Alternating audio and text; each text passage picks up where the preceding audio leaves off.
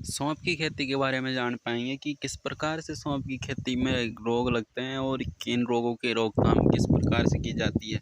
तो देख पाएंगे इस समय हमारी ये सौंफ की खेती है जो कि अभी 4.5 महीने की हो गई है, और अब देख पाएंगे इन पर जो सौंफ के जो दाने हैं बनने लगे हैं, अर्थात सौंफ के दानों का विकास होने लगा है, अर्थात इस पर फ्लावरिंग चालू हो गई है। अब इन्हें पकने में कुछ समय लगेगा। पूर्णतः जब ये दाने बन जाएंगे तथा पूर्णतः ये पक जाएंगे तब इनकी कटाई की जाएगी। तो इस समय जो सौंफ की स्थितियाँ इस प्रकार से हैं कि कुछ डालियों पर तो दाने बन गए हैं तथा कुछ पर बनना बाकी हैं। तो इस प्रकार से जब इनके पूर्णतः ये सौंफ के दाने बन जाएंगे तथा पूर्णतः पक जाएंगे तब इनकी कटाई की जाएगी।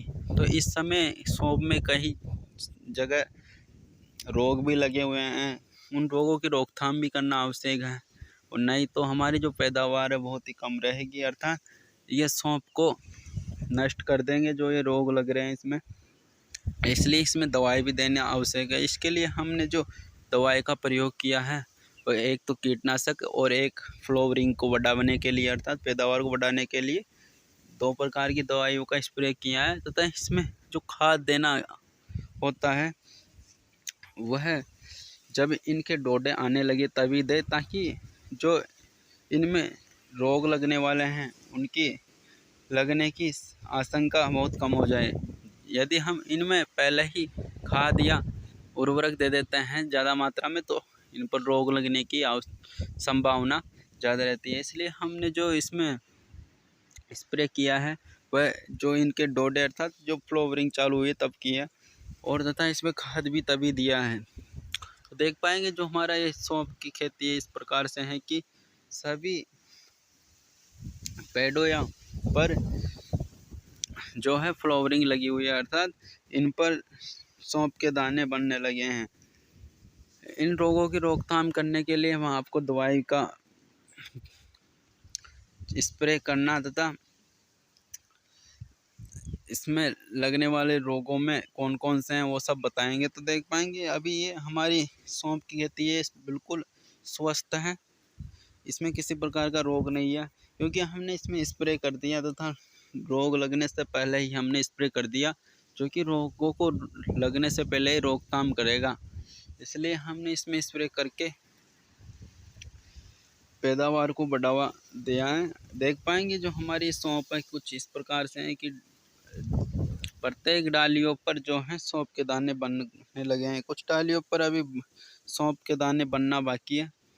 जैसे देख पाएंगे इस डाली पर अभी फ्लावरिंग चालू हुई है, अर्थात इस पर फूल ही लगे हुए हैं। अभी इन फूलों से दाने बनेंगे, और जैसे ये दाने पूर्णतः बन जाएंगे तो ये पक जाएंगे और फिर इनकी कटाई की जाएगी, और इस प्रकार हम इस पैदावार को बढ़ा सकते हैं। अभी ये जो है सौंफ की खेती 4.5 मंथ की हुई है, और ये पूर्णतः 6 मंथ की खेती होती है। 6 मंथ में पूर्णतः पक कर तैयार हो जाती है। देख पाएंगे जी हमारे ये खेत कुछ इस प्रकार से हैं, बहुत बड़े पैमाने पर लगाया गया है। तो सौंफ की खेती में लगने वाले रोगों में सबसे मुख्य रोग जो यह है कि इसमें जो नीचे से धोलिया नामक रोग लगता है, जिससे पेड़ पौधा पूरा जिससे पौधा पूरा मुरझाने लगता है अर्थात सूखने लगता है, और ऊपर तक जब ये नीचे से रोग लगने लगता शुरू होता है तथा ऊपर तक पौधे को नष्ट कर देता है और पैदावार को भी हमारी कम कर देते। देख पाएंगे अभी ये इसमें ये जो कीड़े हैं ये भी हैं, ये भी रोग को बढ़ावा देते हैं, इसलिए इनको नष्ट करने के लिए स्प्रे की जाती है। अभी हमने इसमें एक स्प्रे कर दी, और एक स्प्रे करने के पश्चात देख पाएंगे इसमें जो कीड़े थे बहुत सारे मर भी गए हैं। देख पाएंगे इस प्रकार से देख पाएंगे कि नीचे कितने सारे कीड़े जो ये मरे पड़े हैं इसमें एक स्प्रे करने के बाद, और दूसरे स्प्रे में ये पूर्णतः नष्ट हो जाएंगे। इसलिए हमें दूसरा स्प्रे भी करना होगा, और ये हमारी जो खेती है बहुत ही अच्छी मुनाफा की खेती है। इससे अच्छी खेती हमें दूसरी कोई अन्य नहीं लगी, इसलिए हमने सौंफ की खेती की है। सौंफ की खेती करने में इसमें ये भी शंका रहती है कि या विडंबना रहती है कि इसमें रोग अधिक लगते हैं। रोग लगने के पश्चात ये पैदावार को बहुत ही कम देती है। कम देने के कारण हमारा मुनाफा भी बहुत कम रहता है। इसलिए सौंफ की खेती करना एक चैलेंजिंग है। तो देख पाएंगे आप भी इस प्रकार की खेती कर सकते हैं। अगर खेती करने के बाद अगर कोई रोग लगता है तो उसमें दवाई देना आवश्यक है। यदि दवाई नहीं देंगे तो पैदावार हमारी घट जाएगी और मुनाफा भी बहुत कम होगा। तो इस प्रकार से हमारी खेत की स्थिति है। जो दवाई इसमें दी जाती है उसके बारे में भी आपको बतलाएंगे कि इसमें कौन कौन सी दवाएं दी जाती है। तो इसमें हम इस प्रकार से, तो पहले तो हमने इसमें एक तो M45 और एक कीटनाशक का प्रयोग किया था। M45 जो है ये पैदावार को बढ़ाने की अर्थात फ्लावरिंग को बढ़ाने में सहायक होती है, और जो कीटनाशक है वह कीड़ों मकोड़ों तथा जो भी इस फसल को नुकसान पहुंचाने वाले कीट हैं उनको मारने में सहायक होती है। इसलिए दो प्रकार की दवाएं दी जाती हैं स्प्रे के रूप में।